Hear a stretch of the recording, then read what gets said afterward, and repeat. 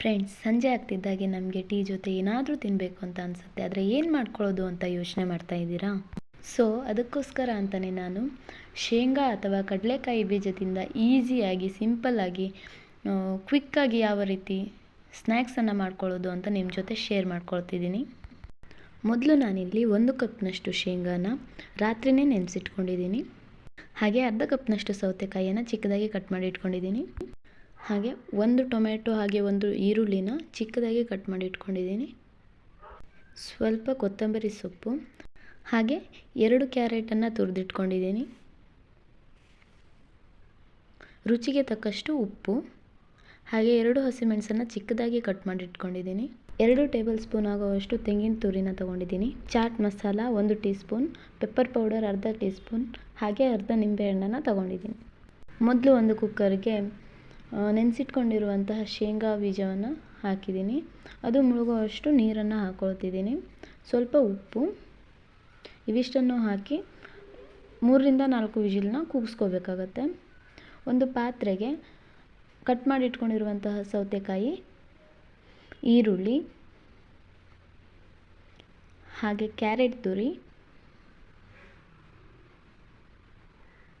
ಹಾಗೆ ಕಟ್ ಮಾಡಿ ಇಟ್ಕೊಂಡಿರುವಂತಹ ಟೊಮೆಟೊ, ಹಸಿಮೆಣಸು,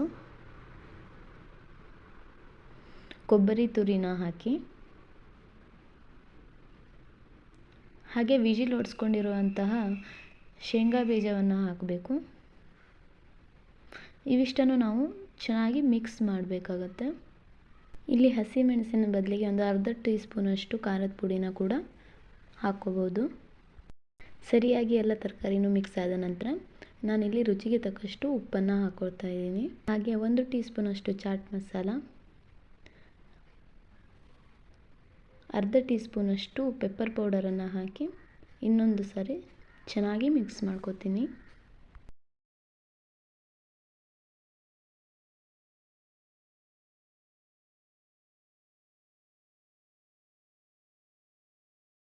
ಈಗ ನಾನು ಇದಕ್ಕೆ ನಿಂಬೆಹಣ್ಣಿನ ರಸವನ್ನು ಹಿಂಡ್ಕೊಳ್ತಾ ಇದ್ದೀನಿ.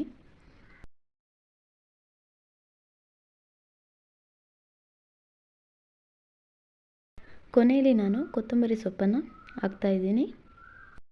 ಈಗ ನಮ್ಮ ಕಡಲೆಕಾಯಿ ಚಾಟ್ಸ್ ರೆಡಿ ಆಗಿದೆ. ನೋಡಿದ್ರಲ್ಲ ಫ್ರೆಂಡ್ಸ್, ನನ್ನ ಈ ರೆಸಿಪಿ ನಿಮಗೆ ಇಷ್ಟ ಆಗಿದ್ದರೆ ಲೈಕ್ ಮಾಡಿ, ಶೇರ್ ಮಾಡಿ, ಹಾಗೆ ನಿಮ್ಮ ಅನಿಸಿಕೆಗಳನ್ನು ಕಮೆಂಟ್ ಮಾಡಿ.